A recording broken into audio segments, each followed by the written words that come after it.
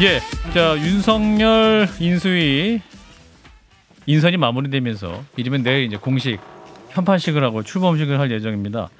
하지만 민주당 내에서는 여전히 그 비대위체에 대해서는 반발이 거센 상황이기도 하죠. 그래서 오늘은 각 당의 그 애정어린 쓴소리를 해주시는 두 분을 모셨습니다. 먼저 국민의힘 이재호 상임고문님 모셨습니다. 어서 오십시오. 네, 안녕하십니까. 네, 그리고 더불어민주당 이상민 의원님 어서 오십시오. 네, 안녕하세요. 예, 두 분은 잘 지내셨죠? 예, 저는 잘 지냈고요. 근데 잘 안 지내길 바라는 분인데 잘 지내시고 잘 못 지냈지. 장성철 교수님과 오늘 김성애 소장님 두 분이 함께하실 거고요. 근데 아까 이제 소개 쓴소리라고 하는데 예. 저는 뭐 쓴소리는 어쩌다 하고요. 예. 달콤한 소리를 많이 합니다. 요즘 잠도 잘 못 주무신다고 이렇게. 아니, 전화가 많이 주셔가지고. 쓴소리가 아니라 바른 소리지. 바른 바른 소리. 소리. 옳은 소리지. 그렇군. 저희가 두 분을 진짜 모시고 답장하시는 거예요?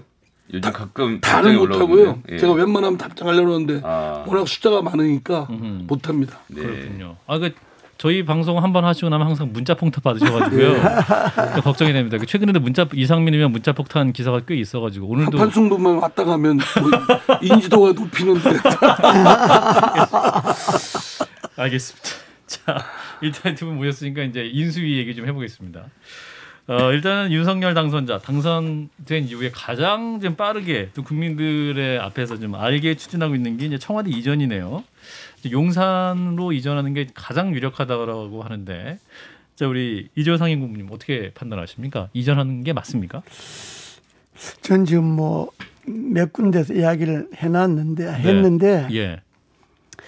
나는 용산으로 가는 건 반대입니다. 이전하는 거 할 수는 이전은 있지만 뭐 원래 저도 뭐 지난번부터 옛날부터 나는 저쪽 안 좋았다. 청와대에서 나와야 된다. 문 자리에서. 시대를 열어야 된다 주장했던 사람이니까. 그렇군요. 내가 용산 이전 반대하는 거는 몇 가지 이유가 있습니다. 우선 청와대가 그 집무실과 관저를 옮긴다고 하는 거는 네. 어떤 의미가 있냐 그러면 승자 독식의 제왕적 대통령의 권력을 내려놓는다는 의미입니다. 예.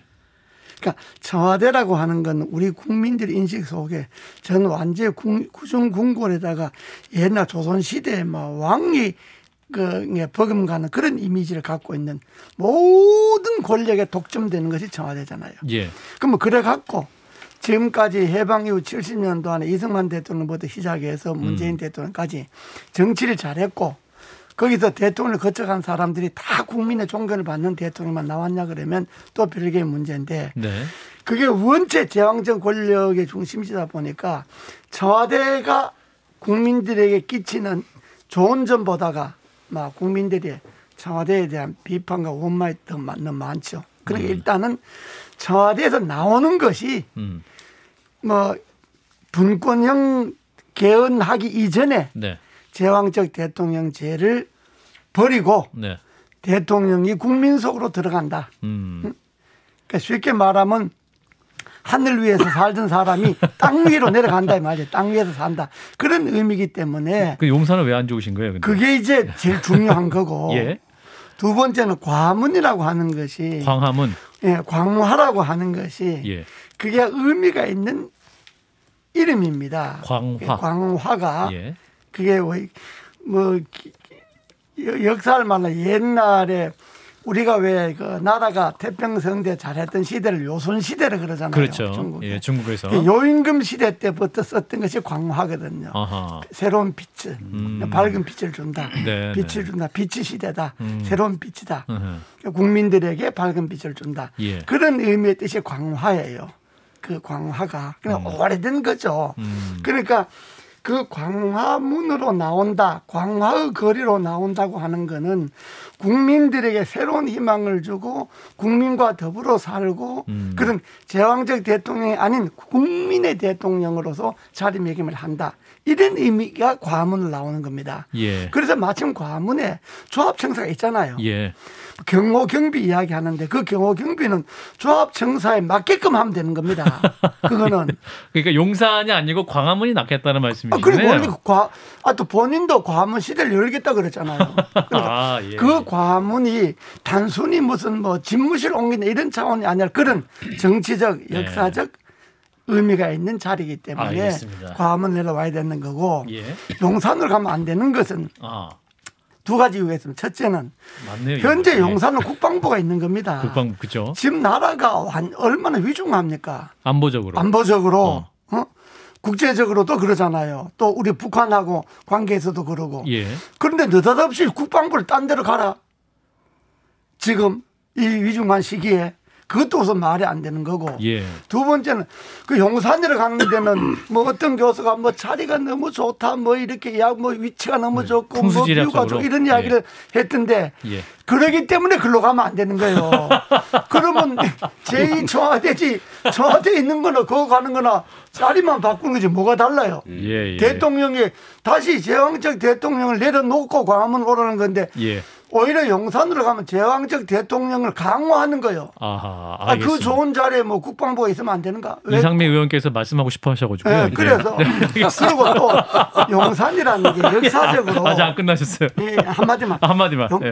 우선 용산으로 가면 안 되는 이유를 냈고 첫 번째는 거기 현재 국방부가 있는 데고 군사적인 중요한 의미가 있는 자리인데 거기 가면 제2 청와대가 되는 거기 때문에 다시 제왕적 권력을 강화하는 터이기 때문에 안 된다는 거. 두 번째는 역사적으로 볼 때 광화문이 요임금 이야기했지만 거기는 우리나라로서는 뼈아픈 곳입니다.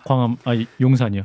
1882년에 이모군란 때부터 일본군이 공간 수비대가 용산에 주둔하면서 그때부터 시작해서 조선군 주차 사령부 뭐 일본군 전시 사령부 일본군 사령부 그 용산 그 일대는 우리로 봐서는 정말로 대통령이 가면 안 될 자리요. 알겠습니다. 그리고 또 하나만 이게 뭐 개인 너무 말씀하셨어요. 개인 살림집 옮기는 게 아니잖아요. 그렇죠. 예. 내 살림집 옮기는 거야 뭐 여 살다 저기 마음대로 옮기지만 이거는 한 나라의 대통령의 집무실 옮기는데 그렇습니다. 그렇게 무슨 꼭 뭐 풍수 지리설 따라가듯이 뭐 용산이 좋 그렇게 하면 안 된다 이 말이네 내 말. 알겠습니다. 자 이상민 의원님 오래 기다리셨습니다. 이재호 고문님께서 야당이실 때는 말씀을 짧게 하시더니 여당이 되시면서 이제 국정 운영 비전을 많이 갖고 계시니까 그동안에 말 짧게 했으니까 좀 길게 한번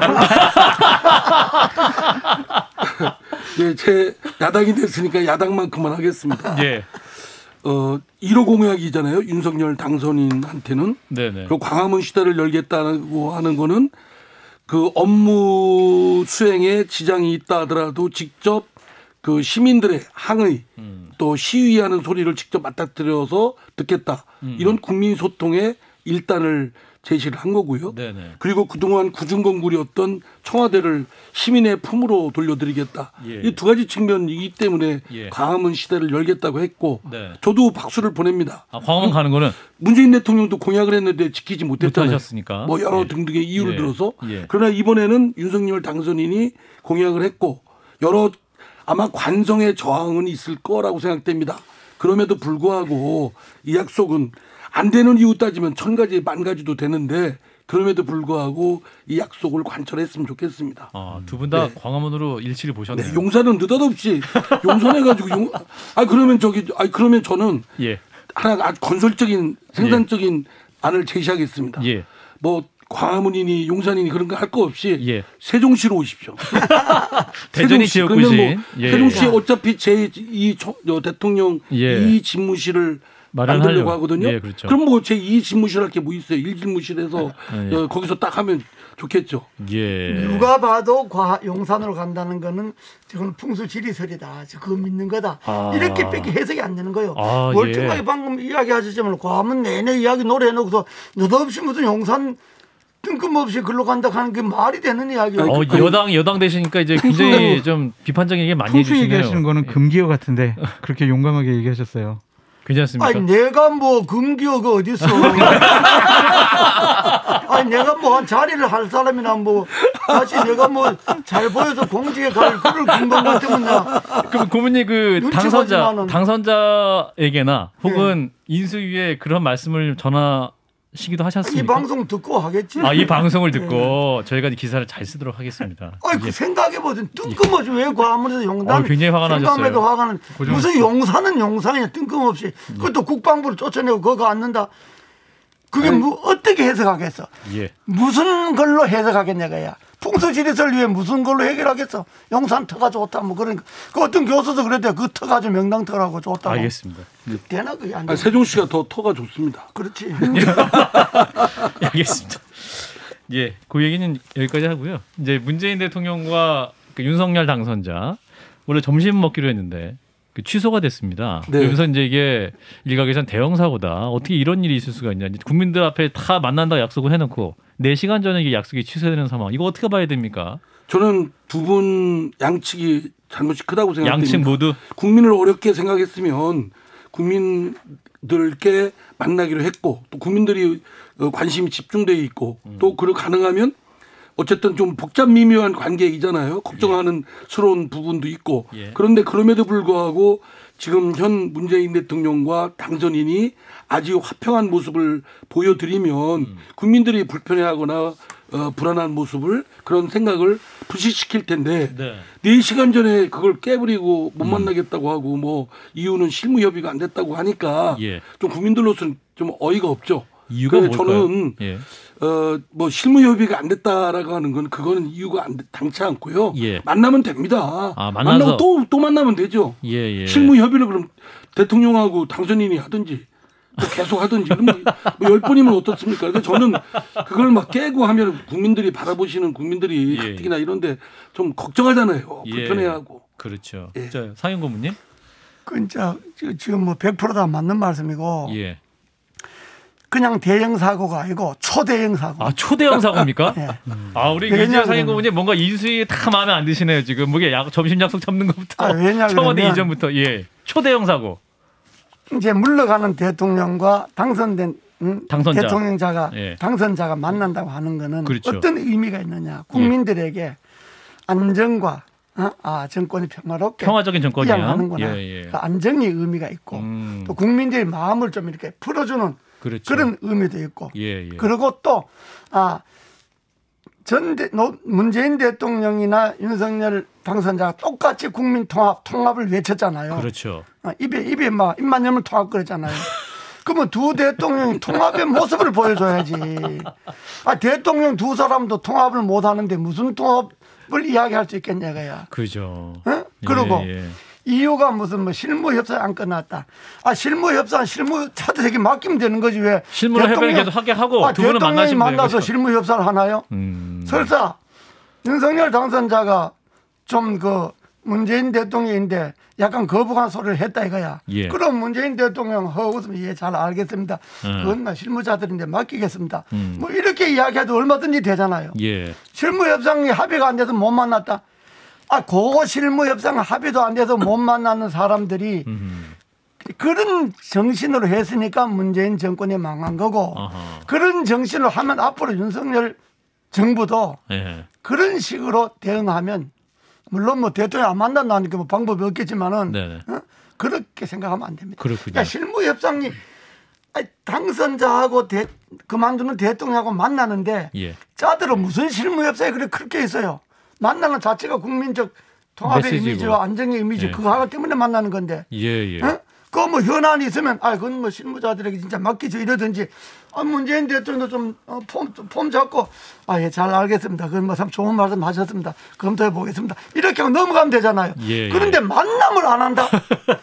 이게 말이 되는 소리냐 그야. 초대형 사고다. 초대형 처음 있는 일이고 이런 일 처음 있는 일이지. 이명박 대통령도 노무현 대통령 2번 만났어요. 당자 시절에. 그러셨군요. 2번. 2번 만났는데 내가 배석은 안 했지만은 그때 이야기를 내가 들어서 갔다 오시면 불러서 이제 이야기를 하니까 이명박 대통령이 이제 예를 다해야 되잖아요. 그렇죠. 그전 노무현 대통령이 그러더라는 거예요. 이제 오늘부터는 대통령께서 완전히 상전이십니다. 상석입니다. 이렇게 이야기를 하니까 저는 이제 그만둡니다. 이러니까 그게 아닙니다. 대통령께서는 그만둬도 전임 대통령이 이시기 때문에 제가 항상 상석으로 모시겠습니다. 이렇게 덕담을 주고받은 거예요. 아름답네요. 그러니까 뭐 이야기가 안 풀릴 게 없잖아요. 예. 뭐 계속 좀 그랬으면 더 좋았을 텐데. 그러니까 국내 쇠고기 파동 때문에 그런 거예요. 그래 하여튼 내 생각은 이번에 안 만난 거는 초대형 사고고 책임을 따진다면 문재인 대통령의 책임이다. 문재인 대통령의 책임이다. 왜냐하면 대통령이 안 만나겠다는데 뭐 당선자가 어떻게 하겠어요? 자, 이상민 의원님 반론해 주세요. 문재인 대통령의 책임입니까? 대통령이 안 만나겠다는 게 아니라 윤석열 당선인이 안 만나겠다는 거 아닙니까? 당선자가 어떻게 안 만나겠다 그러겠어. 대통령 만나자는데 무조건 만나지. 그럴 것 같은 그래. 거. 그렇지 않아. 근데 그건 확인되지 않았으니까. 확인되나 안 되나 뻔한 거지. 두 분의 방담을 듣고 계십니다. 근데 이제 여러 가지 이슈가 있지 않았겠습니까? 이제 이명박 전 대통령 사면 이야기도 있었고, 근데 일각에서는 또 현 정부의 인사권 침해 문제가 있어서 지금 현 청와대가 기분 나빠했다, 뭐 이런 얘기도 보도에서 나오고 있습니다만. 근데 이제 일련의 소위 윤석열 당선인 측, 윤석열 당선인은 뭐 직접 그런 거는 잘 안 보였지만 권성동 의원이라든가 다 측근들이잖아요. 윤핵관이라고 하는 분들. 또 이렇게 흘러나온 얘기들에 비춰보면 몇 가지가 상당히 좀 어깨에 힘들어가 있고 우쭐거린다라는 생각이 들 정도로. 인수위가 당선자 측이 윤석열 당선자 측이 당선인 측이 왜냐하면은 그 김호수 검찰총장한테도 임기가 내년 5월까지 되어 있는 오면은 그 총장인데 그걸 지금 문재인 대통령 정부 임기 중에 있고 그런데 스스로 거취를 결정해라. 도대체 권성동 의원이 그런 얘기를 그렇게 함부로 하면 되나요? 더구나 윤석열 당선인의 최측근이라고 하는 분이 그리고 이제 공기업 임원에 대해서도 어쨌든 임기 중에 인사권은 대통령한테 있으니까 그건 존중하되 다만 다음 정부 국정 운영에 직접적으로 관련되는 한국은행 총재 이런 등등의 건에 대해서는 가능하면 좀 협의를 좀 해주셨으면 좋겠습니다. 이렇게 좀 정중하고 물밑에서 정밀하게 했으면 서로 오고 가는 말이 곱고 그러지 않겠습니까? 그런데 다 인사에 대해서는 스톱하시고 막 임명하지 마시오. 지금 정권이 교체됐는데 무슨 임명을 강행하느냐 이렇게 나가면 사람 마음이 어깃장이 생기죠. 그런 등등의 일련의 좀 그런 언동들이 조금 정치적으로 매끄럽지 못하고 좀 이렇게 좀 세련되지가 못했다라고 생각됩니다. 좀 앞으로 국정 운영은 거야 더불어민주당의 170여 석의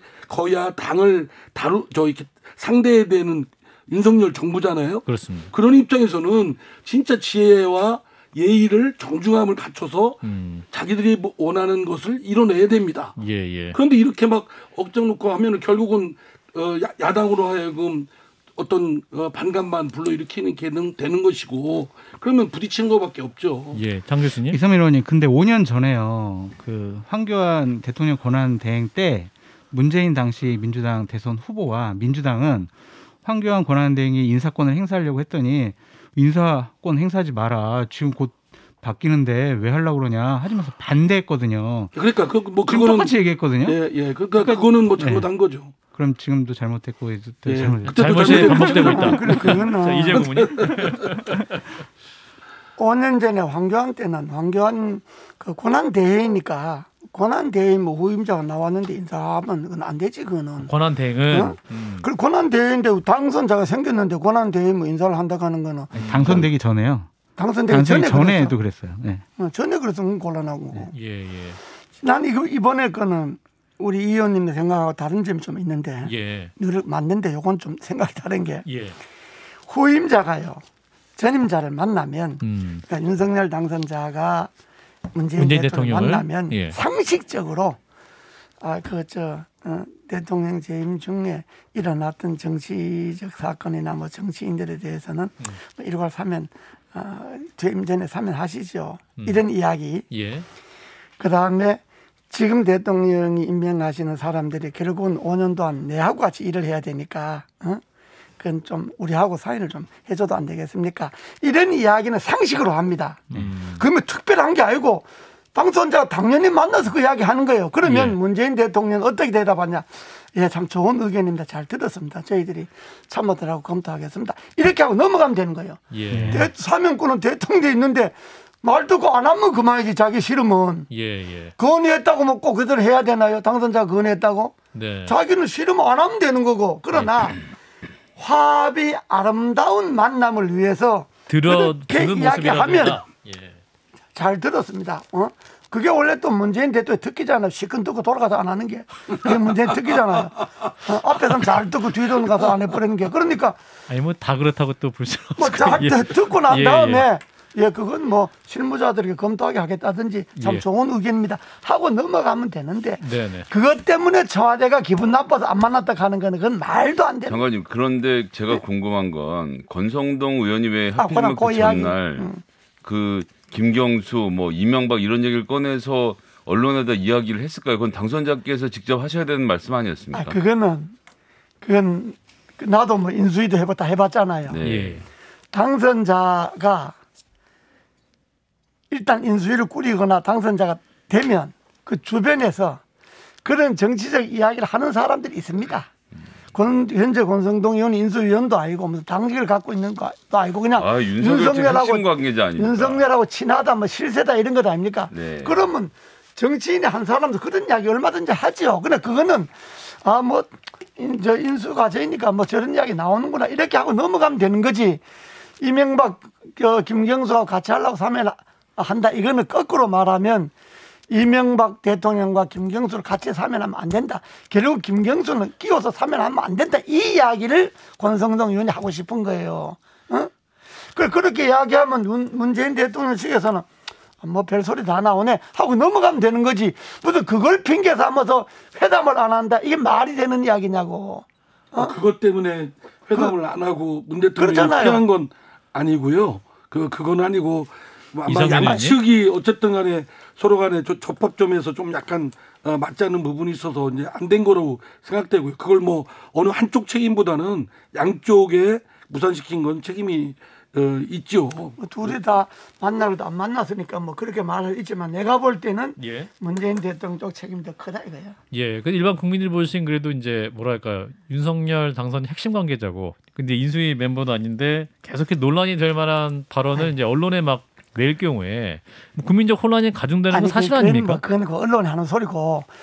아니 권성동 의원이 뭐 자기가 뭐 실세지 윤핵까지 한다 하더라도 그런 이야기 전에도 했어.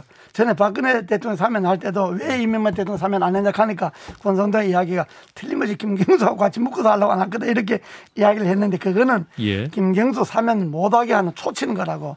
저렇게 이야기해놨는데 김경수 사면을 할 수 있겠어? 못하는 거요. 저거는. 그러면 못할 것도 없죠.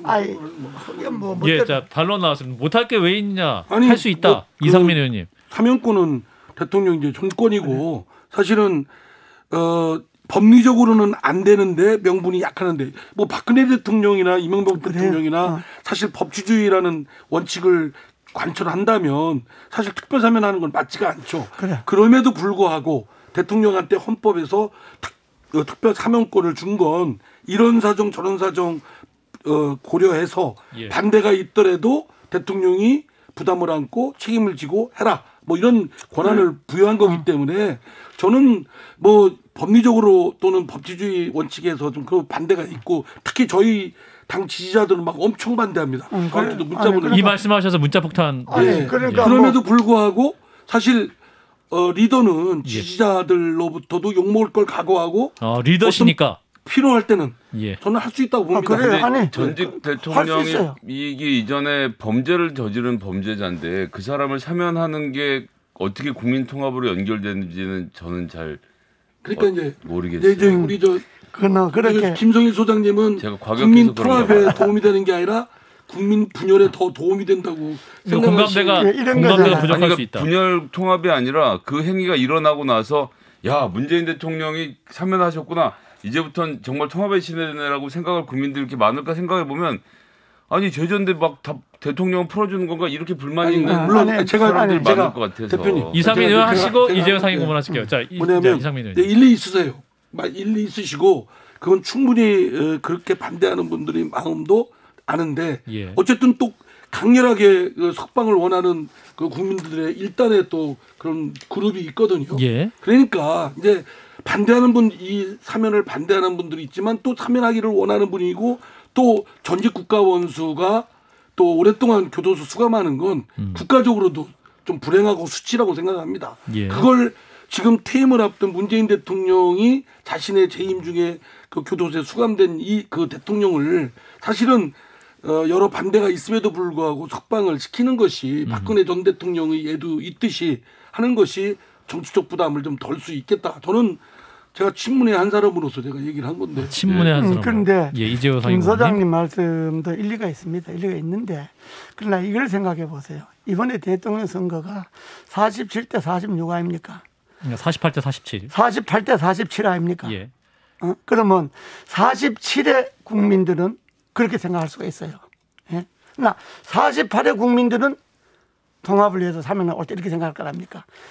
이럴 때 필요한 게 대통령의 권한입니다. 그러니까 대통령은 할 수도 있고 안 할 수도 있는 거예요. 자기 권한은. 그런데 지금 47의 논리로 범죄자인데 어떻게 사면하느냐. 이 논리. 48의 논리는 전직 대통령인데 4년 가다 놨으면 되는 거지. 나이도 많고 지금 병고 시달리는데 사면해야지. 그것도 사면 못하면서 무슨 통합이냐. 이렇게 말하는 것도 48의 논리란 말이에요. 그럼 우리는 두 논리가 공존하고 있는 거예요. 이때 결정하는 게 그래서 대통령이 고유권한 사면권을 준 거예요. 네. 그래서 사면을 하라는 거고 두 번째 이야기는 또 뭐냐 그러면 설사 사면을 하지 않겠다 이런 생각이 있더라도 당선자하고 만남에 있어서는 그것이 걸림돌이 돼서 안 만나겠다 이렇게 할 수는 없다 이 말이에요. 그러잖아요. 그렇기 때문에 그런 문제들이 무슨 말라말 걸림돌이 되거나 이렇게 할 필요는 전혀 없고 이건 지나말로 정치적으로 풀어가야 될 문제다 이 말입니다. 내 말은. 그런데 어차피 윤석열 당선인이 네. 취임하면 문재인 대통령이 안 하더라도 특사를 할 거라고 생각됩니다. 그럼 그럴 바에는 문 대통령이 좀 덕을 더 베푸는 게 난 좋다고 생각합니다. 저 같은 경우도 문재인 대통령께서 좀 넉넉하고 너그러운 마음으로 좀 용서해 주시고 사면을 해 주셨으면 국민 통합에 좀 도움이 될 것 같은 게요. 저도 이제 문재인 정권에 대해서 비판을 상당히 많이 하는 사람인데 예. 사면해 주시면 비판 조금 덜 하고 뭐 문재인 대통령 좋아한다라고도 하고 이게 국민 통합에 도움이 된다. 그런데 이게 통합이 아니라 약간 그 비판의 칼날이 무뎌지시는 거고 그렇죠. 네, 이재호 48의 국민들의 생각은 어떻게 생각하냐. 이명박 대통령은 정치 보복으로 잡아간 거다. 노무현 대통령이 죽음 때문에 그게 이명박 정부 하에서 이루어졌기 때문에 예. 정치 보복으로 잡아간 거고 그 정치 보복의 마음이 아직도 문재인 대통령 쪽에서 풀어지지 않아서 예. 끝까지 자기 끝날 때까지 잡아들려고 그런다 하는 것이 또 다 전체 국민은 소리는 안 해요. 48의 국민들은 그렇게 생각한다고요. 네, 근데 이재호 의원님 보복이라고 하기에는 예. 개인이 착복한 액수가 너무 커서요. 예. 그러니까 그거는 국민들 동의 안 하실 것 47의 국민들은 그렇게 생각하고 알겠습니다. 48의 국민들은 이렇게 생각한다. 그 47의 국민들 중에 또 김경수 전 지사의 석방을 원하시는 분도 있을 거 아니에요. 물론이죠. 그럼 김경수 지사의 석방은 어떻게 다뤄야 한다고 보시나요? 그건 뭐 대통령 마음인데, 예. 그건 뭐 그야말로 대통령 권한인데, 그러나 상식에 부합하지 않는다 이 말 아닙니까?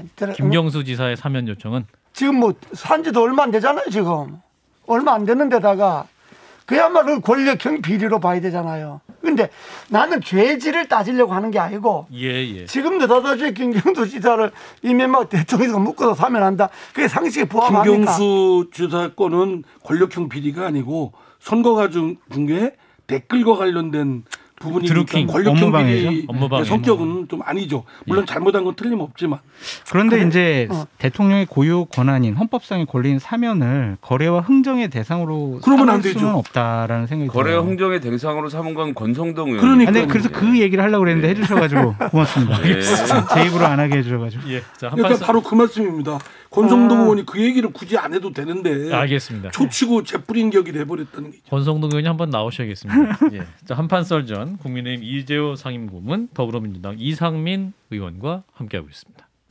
네, 한판 승부 함께하고 계시고요. 잠깐 사담에 나가고 있습니다. 이제 방송으로 돌아와서 됐습니다. 이제 지금 권성동 의원 계속 얘기 나왔어요.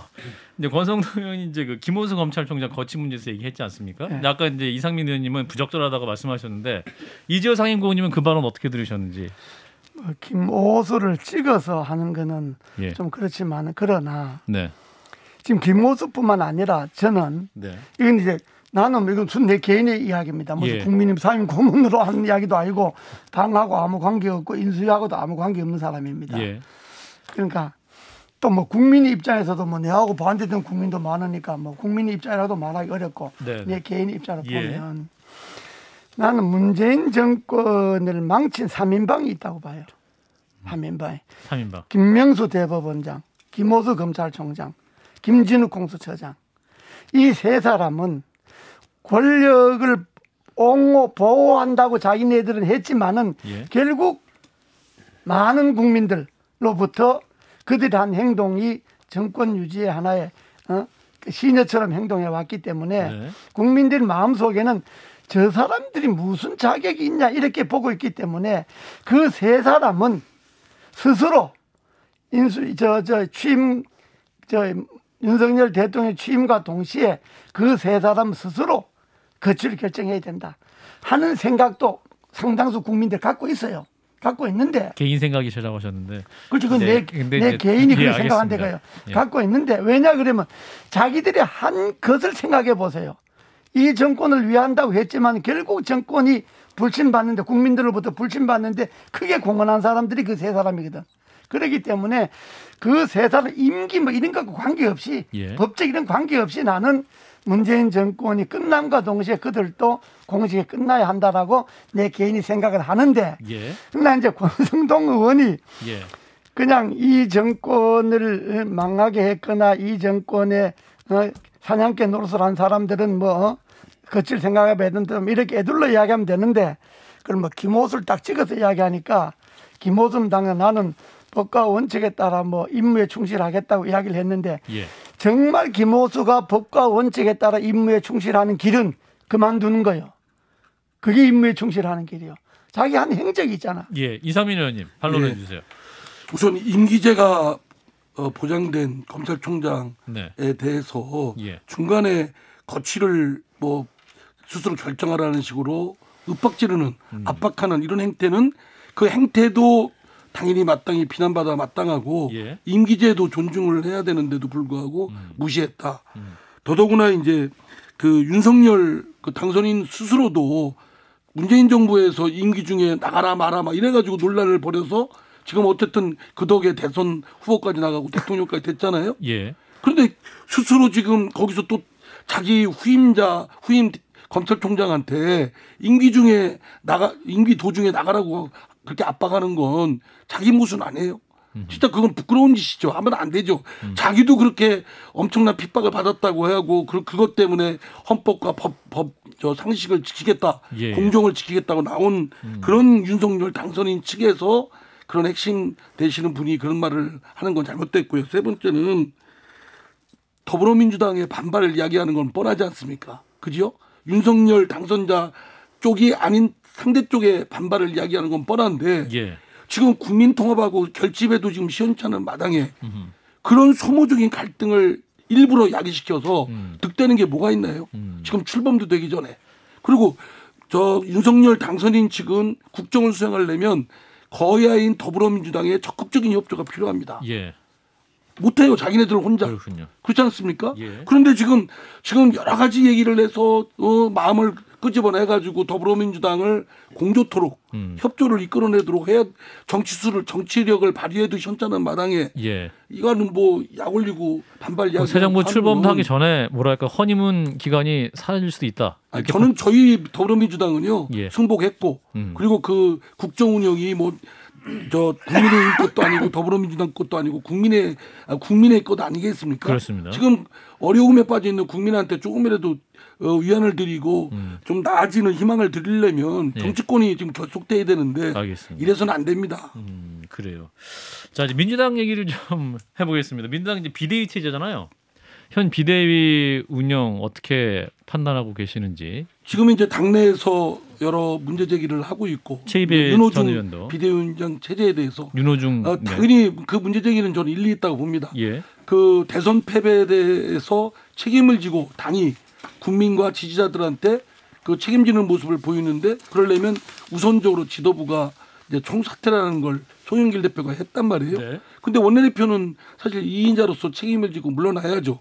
근데 물러나지 않고 오히려 당의 위기를 수습하고 추스리고 뭐 이렇게 지방선거를 대응을 하겠다, 대처를 하겠다 이렇게 하면 누가 봐도 좀 말이 앞뒤가 안 맞는 건 틀림없는데 네. 윤호중 비대위원장과 간담회를 그 하소연을 들으니 만약에 그럴 경우에 이제 외부 인물을 또 누구를 할 거냐, 내부에서 누구 할 거냐 이런 논란을 벌이고 자칫 논란이 잘 수습되는 게 아니라 이렇게 좀 증폭이 되면 오히려 더 불상사나운 모습을 보이니 예. 부득이 지방선거까지는 윤호중 비대위원장이 맡겠다. 이렇게 하고 출범이 되고 이제 시작이 지금 활동하고 있잖아요. 네. 그런 입장에서는 영 마땅치는 않지만 그러나 또 이 기성사실을 존중 안 할 수 없고 만약에 이걸 뒤엎고 새로운 비대위 체제를 할 경우에 그로 인한 또 혼란이나 논란이 또 뻔하지 않습니까? 그래서 이제 그런 걱정을 하는데 아직까지 그게 잠재워지지 않고 많은 의원들이 문제 제기를 하고 있는 게 걱정스럽습니다. 의원님, 새로운 인물을 비대위원장으로 하는 게 아니라 25일 날 새로운 원내대표가 뽑히지 않습니까? 예. 그분이 비대위원장 하면 되잖아요. 그게 순리고 상식적으로 맞는 거 아닌가요? 뭐 할 말이 없습니다. 네. 자, 이재호 상임고문님은 민주당 비대위 체제 어떻게 보시는가요? 그 뭐 남의당 이야기를 뭐 할 처지는 아닌데 네, 이제 집권 여당이셔서 굉장히 여유가 있으셨는데 예, 일단 말씀해 주세요. 국민의힘도 지금 뭐 왔다 갔다 하는 파이니까 뭐 내가 뭐 남의당 이야기를 할 건 아니지만 나라를 위해서 일반적으로 생각하면 대선에 졌잖아요. 그러면 지도부가 총사퇴하는 겁니다. 그 지도부 속에는 당대표, 원내대표 포함해서 총사퇴를 하고 민주당의 패배를 끌어안고 뭐 그동안에 이제 왜 졌는가 백서도 내고 반성도 하고 그렇죠. 뭐 성찰도 하고 이렇게 하려면 민주당의 정치 경험이 있는 원로 어른분을 하나 비대위원장을 모셔서 당을 수습하게 하는 것이 일반적으로 그게 맞다. 저는 그렇게 생각합니다. 예. 뭐 민주당 사정은 깊이 몰라서 뭐 더 이상 말을 못 하겠지만 이제 그것도 그러고 저는 국민의힘도 마찬가지입니다. 당선됐지만은 이긴 당의 지도부도 국민의힘 지도부도 자 우리의 역할은 정권 교체했다. 정권 교체가 됐다. 그러니까 우리 이제 역할을 다 했으니까 새로 짜자. 새로 짜갖고 지방선거도 하고 새 정부와 발을 맞추게 하자. 해서 국민의힘 지도부도 총사퇴를 하는 것이 맞습니다. 그게 이겼는데 왜 그래요? 이준석 대표도 사퇴하라. 이겼기 때문에 이제 이긴 것이 아름다운 사퇴. 이긴 것이 뭐 책임지고 사퇴하는 게 아니라 우리는 국민의힘이 목적이 정권 교체했잖아요. 예. 정권 교체를 했다 이거야. 그러면 이제 앞으로 지방선거나 또 새로운 들어서는 정부와 함께 여당을 하려면 어쨌든 재신임을 받는 한이 있더라도 기존의 지도부는 사퇴하고 판을 새로 짜고 더구나 또 국민의당 합당도 해야 되잖아요. 합당도 해야 되기 때문에 새롭게 지도부를 구성하든지 비대위를 구성하든지 해서 합당도 마무리하고 하는 게 옳다. 고문님은 되게 이제 임기는 그렇게 중요하게 여기지 않으신 것 같아요. 정치권의 임기라는 게 무슨 의미가 있습니까? 잘못하면 뭐 하루만 해도 그만두고 그런 거지. 당대표로 출마하시려고 이렇게 지도부 사퇴하라고 그러시는 거 아니에요? 뭐 난 그거하고는 관계없고 나는 내 생각이 옳다 그러다 떠나서 이런 생각도 하는 사람이 있다. 정치권의 원로 중에는 여야 간에 대선이 끝나고 나면 새 판으로 정치판을 어떻게 이끌어야 되느냐 하는 데 대해서 이런 견해도 있다 이런 이야기. 고모님 이제 뭐 제가 국민의힘의 월가월부할 처지는 아니긴 하지만 근데 이제 국민의힘의 그 소위 말 영남을 중심으로 한 의원 그룹의 이 기득권 때문에 당이 거의 망해가고 있다가 윤석열이라는 외부의 인물과 또 뭐 영선인 이준석이라는 젊은 인물이 같이 조화를 이뤄서 당의 지지율을 끌어올리고 대선을 이겼다 이런 평가들도 많이 있는데 이 지도부를 지금 바꿔야 할 이유는 어디에 있을까요? 아니 그런 평가도 있고 또 그것도 일면 맞는 점도 있어요. 나는 이준석 대표 개인을 찍어서 나가라 들어가는 게 아니라 국민의힘 지도부가 정권 교체라는 임무를 완수했으니까 이제 신임 정권 새로운 정권이 들어서서 여당과 정부의 관계가 있잖아요. 그러면 지도부를 새로 구성하는 것도 방법이다. 이 말이지. 내가 뭐 이준석이가 잘해서 못해서 뭐 나가라 이런 게 아니잖아요. 특정인을 나가라는 게 아니고 정치판이 그렇게 돼야 된다. 이 말이에요. 알겠습니다. 자 그리고 이재명 전 후보 이제 민주당의 상임고문이 이제 되셨는데 이제 그 조문하는 것으로 이제 새롭게 이제 일정을 시작을 했죠. 자, 이재명 전 후보의 역할은 앞으로 어떻게 돼야 된다고 보십니까? 아직은 역할을 뭐 이렇게 운의할 단계는 아니다. 지금은 대선 끝난 지 며칠 안 됐고 또 대선 패배의 장본인이고 책임을 져야죠. 예. 그리고 본인도 심신이 많이 지쳐 있고 예. 그리고 본인이 억울할지 모르지만 어쨌든 여러 의혹들에 지금 한가운데 있었지 않았습니까? 그 부분이 대선 패배의 원인으로도 작용을 한 건 틀림없고 예. 이런 것들을 곰곰이 따져보면서 본인이 좀 추스리고 좀 이렇게 여유 있게 바라보는 것이 좀 필요한 때라고 봅니다. 일부 당내에서 비대위원장을 맡아야 된다라든가 예. 당대표를 추대하자고 하다든가 예. 그건 섣부른 주장입니다. 그건 뭐 이재명을 진짜 두 번 죽이는 것이다라고 저는 생각을 하고요. 그렇게 해서 안 되죠. 그리고 그 사람이 좀 이렇게 힘든 과정을 거쳤으면 추스리고 여유를 찾고 복귀도 좀 해보고 예. 그다음에 어떤 걸 위해서 재기할 수 있는 기회도 한번 살펴보고 이래야지 예. 지금 막 써먹겠다 그러면은 그거 시간 더 드려야 된다. 예. 네. 이재호 상임고문님. 저도 뭐 전적으로 동감인데요. 네. 뭐 남이당 이야기를 자꾸 말하는 게 뭐 아까 김성애 사장도 참 그렇긴 한데 그러나 이거는 뭐 당을 떠나서 나라를 생각하는 마음으로 당을 예. 떠나서 뭐 정치인의 한산으로 볼 그렇습니다. 때 지금 이재명 후보는 조용히 쉬고 예. 국내에서 쉬기가 그러면 다 찾아오고 그럴 거니까 그렇겠죠. 난 한 1년 나 외국으로 나가는 게 좋다고 봐요. 아, 외국으로 한 1년 나가서 또 견물도 높이고 좀 충분히 휴양도 장성철 교수님은 8월 전당대회에서 당대표가 되신 다음에 차기 총선에서 국회의원들 많이 당선시키고 본인이 이제 다음 대선을 노리는 시나리오를 써주셨어요. 이 시나리오는 어떻게 판단하세요? 뭐 그렇게 그런 시나리오도 있을 수 있지만은 예. 내가 쓰는 시나리오는 한 1년쯤 외국에 나가는 게 좋겠다. 미국이나 장성철 교수가 굳이 민주당에게 유리한 시나리오를 써줬을까에 대해서도 우리가 한번 생각해봐요. 그렇습니까? 진정한 마음으로 했어요. 왜 갑자기 진정한 마음이 이재명 후보한테 드시는 겁니까? 나는 진짜 애정을 갖고 하는 애정을 이야기예요. 갖고. 네. 의원님 예. 제가 이제 궁금한 게 하나가 있는데 뭐냐면 검찰이 가만히 안 있을 수도 있다. 대장동 사건과 관련해서 검찰이 수사를 통해서 이재명 고문에 대한 직접적인 칼날을 겨누게 되면 이거는 이재명 후보가 가만히 쉬거나 외국에 갈 수는 없잖아요. 그래서 저는 8월 달에 당대표가 되셔서 지금 정치 보복을 할 거라고 예언을 하시는 거예요. 아니 근데 그럴 우려도 있으니까. 네. 아니 저는 그거는 오히려 이거는. 저는 한 말씀 드리면 예, 검찰이 네. 과거에 지금까지 왔던 역대 정권의 그러한 일들을 반문 교사 삼아야 된다고 합니다. 그렇게 되면 그 검찰권을 행사하는 검사들도 불행해지고 나가서 윤석열 정권의 명운까지도 좌우하게 될 것이다.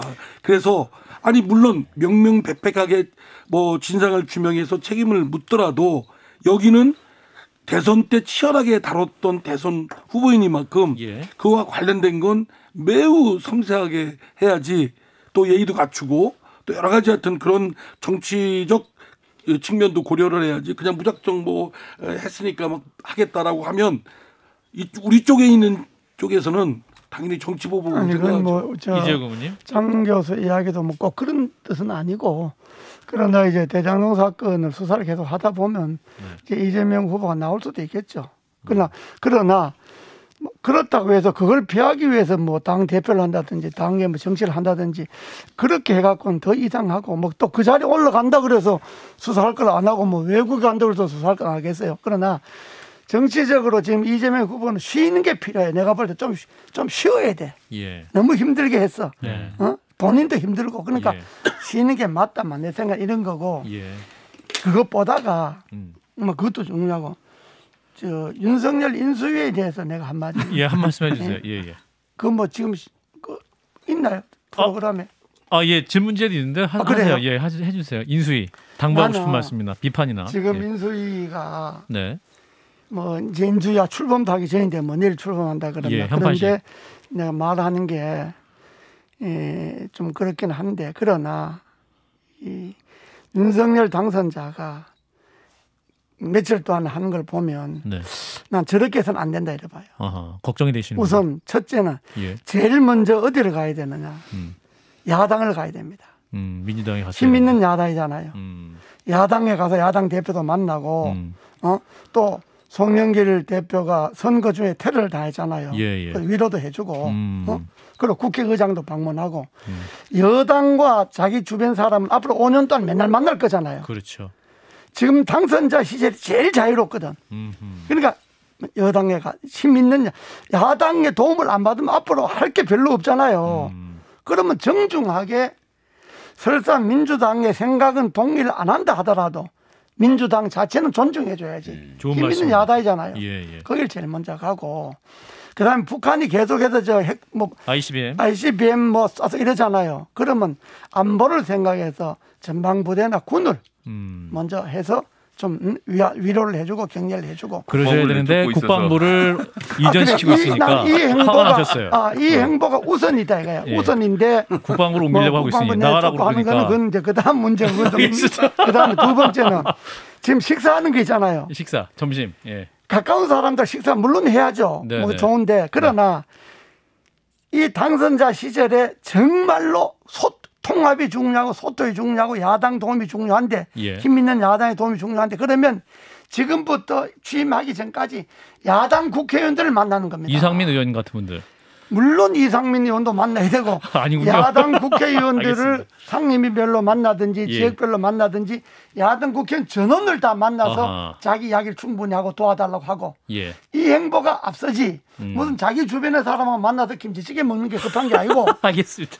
자, 이상민 의원. 민주당 의원들을 지금부터 전원 다 만난다는 각오로 일정을 짜야 된다. 그래야만 된다 이거예요 나는. 그런 네, 마음 30초. 자세를 가져야 되는 건 물론이고 예. 윤석열 당선인한테 좀 걱정스러운 부분이 뭐냐면 민주당에도 상식과 합리적으로 통하는 의원들이 있다. 예. 그러면 상식과 합리적으로 통하지 않는 의원들도 있다는 거 아니겠어요? 그렇죠. 그렇게 갈라치기해서 하면 협치가 안 됩니다. 예. 그러니까 통하든 안 통하든 생각이 다르다는 건 전제하고 이해관계도 다르고 그러니까 서로 간의 접합점이 뭔지 서로 한번 찾아보고 없으면 서로 간에 맞교환할 수 있는 거리는 또 뭐가 있는지 이런 정치력을 발휘를 해야죠. 그러니까 좀 정반대의 사람일수록 더 만나야 된다. 알겠습니다. 두 분이 아주 너무나 귀한 말씀해 주셨는데 인수위에 전해지고 당선자도 꼭 좀 들으셨길. 한판 승부가 뭐 많이 듣겠지. 알겠습니다. 감사합니다. 자, 오늘 한판 썰전 국민의힘 이재호 상임고문님 그리고 더불어민주당 이상민 의원 두 분 고맙습니다. 예.